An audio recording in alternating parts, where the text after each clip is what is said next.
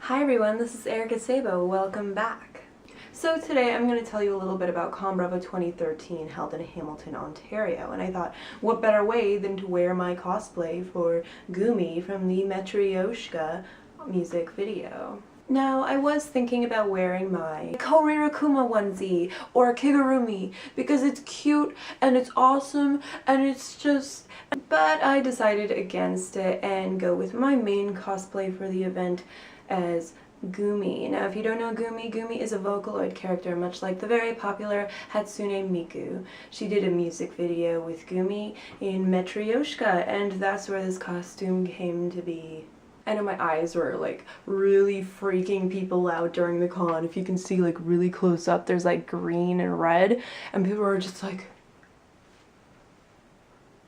oh my god. It was one of those things where I'm like, what's wrong with people? Why doesn't anybody like me? Oh, it's my eyes. So anyways, ConBravo ended up being a total success and was probably one of my best experiences at a convention. I had an amazing time, and while it wasn't perfect, there were definitely problems that I will get into in a little bit.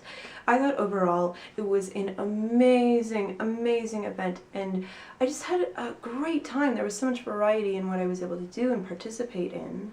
So the first time I attended a con was in 2003. I was about 15 or 16 years old, and it was a nice little event called JFAX. I don't know if I necessarily want to call it a con. It was quite small, but it was very anime themed, and it was just so great. It was such a fun experience for me, and it taught me a lot about relishing my passions and showing it to the world, right? And I think ConBravo is another excellent example of that, but to a much higher scale. Not as high as, let's say, Toronto's Fan Expo, but right in the middle. It was perfect. It was great. Like, it's constantly growing. Next year is supposed to be even bigger, but it's one of those cons where it still feels very intimate, very personal, and just very fun without being too overwhelming. Now, ConBravo was great because it covered a huge amount of nerd culture. It covered anime, it covered gaming, it covered tabletop, it covered video producers as well. It was just a really well-rounded event. Now, I do think that it definitely was catered more towards the anime folk.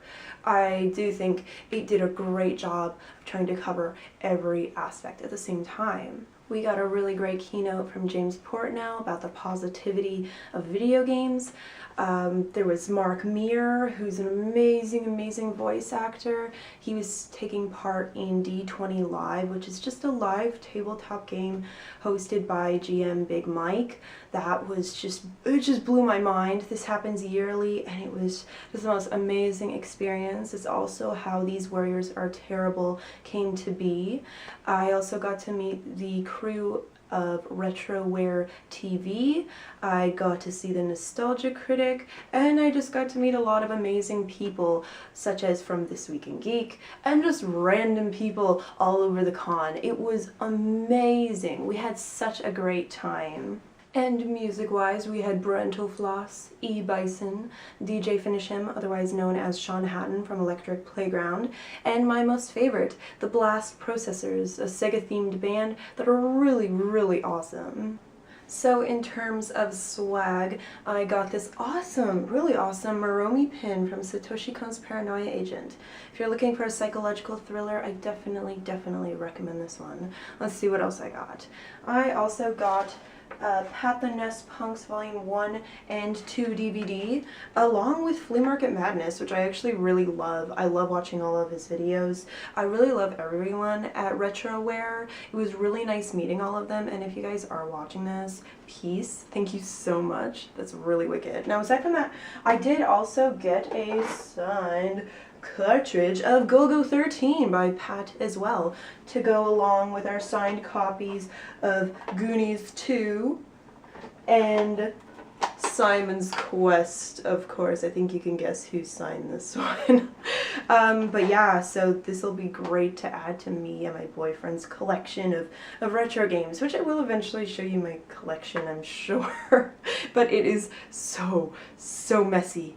I don't know if you want to see it. So aside from that, I also got From Madoka Magica, which is probably one of my favorite new animes, I got Madoka's Soul Gem and Ring. I'm actually going to be cosplaying her along with Gumi at this year's Fan Expo, so I will tell you more about that very, very, very, very soon. But I'm in the middle of that. I'm actually, my lip piercing's falling out. Oh god. You know, I think I'm going to take it out because it is really getting on my nerves. So, yeah, I'm currently working on that right now. Here's the gem. It is beautiful. It is a very dark anime. If you're looking for another good psychological deconstruction anime, this is a great one for that, even though it looks like your very typical magical girl anime. I got my boyfriend to watch it and he really likes it. I'm really happy about that. But I'm working on my prop right now for her bow, and we'll see how that goes. Aside from that, I do have some really amazing posters. I don't have everybody's names, so I'm just going to add them to the bottom here. I got a really great Adventure Time poster. This was so, like, whoa, this blew my mind. This guy was so talented and just totally made it his own. I couldn't believe it. I couldn't believe it. Aside from that, I got a very traditional Sailor Moon poster, but I mean, I actually don't have that much Sailor Moon stuff, considering it's probably one of my favorite animes, especially posters. I don't really have any posters for her, but my first anime. This is my first anime. I gotta show some love. And then I also got it's got a little bit crumpled, but I can fix this up. A really awesome Mikasa poster from Attack on Titan, of course, because she is a badass. And I think that's it, aside from my Koririkuma Kigurumi onesie thing you saw a little bit earlier. It was a pretty good load of stuff. I got a lot of really awesome stuff that I'm really happy about. I definitely spent more than I thought I was going to, but I always do that. And don't you always do that too? I think we always do.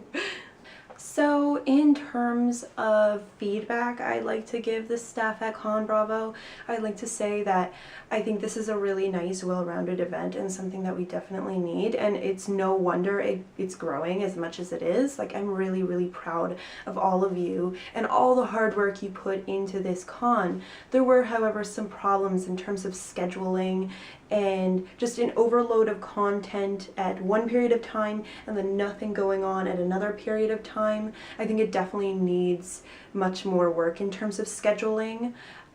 It's a shame because I did hear that there were some panels where nobody had attended because they weren't being promoted as well as they could have been. So I do think that in terms of social media there could have been a bigger push. Aside from that though, I had a really, really great time, and to be honest, this is probably my favorite con experience so far. I don't think I've ever had such a positive experience. I think, to be honest, that this was my favorite con experience yet. When I was younger, things weren't nearly as free-flowing. I usually stuck with my group and I didn't really do my own thing. This year I was able to do that. It was a lot easier and was one of those things where it just didn't really matter. I went to the panels I wanted to go to. I did everything that I wanted to do and was still able to meet up with everybody and meet a bunch of people that I had previously only met via Facebook or Twitter, and just hang out and just have a great time. It was definitely great having a table for These Warriors Are Terrible, our tabletop RPG podcast. I was at the table and I got to have an amazing time with everybody and meeting everybody and telling just people about the podcast and what we do and why it's just so much fun and how it developed from the D20 Live. Now I don't know. I don't know what else to say in terms of that because I just had such a great experience. So I do want to thank everybody who threw the event. I do, you know, like I said, I had my feedback. And I definitely had some things, some qualms that I think need to be addressed, and I think a lot of people felt the same way as well. So aside from that though, really, really, really great job. Thank you so much. And so I think that wraps things up actually.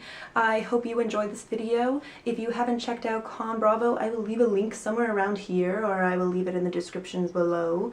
But it is really great. And please consider going next year because it's going to be bigger and better and it's just awesome all around. So I hope you enjoyed. Please like, comment, and subscribe. And I will see you again soon. Alright, peace.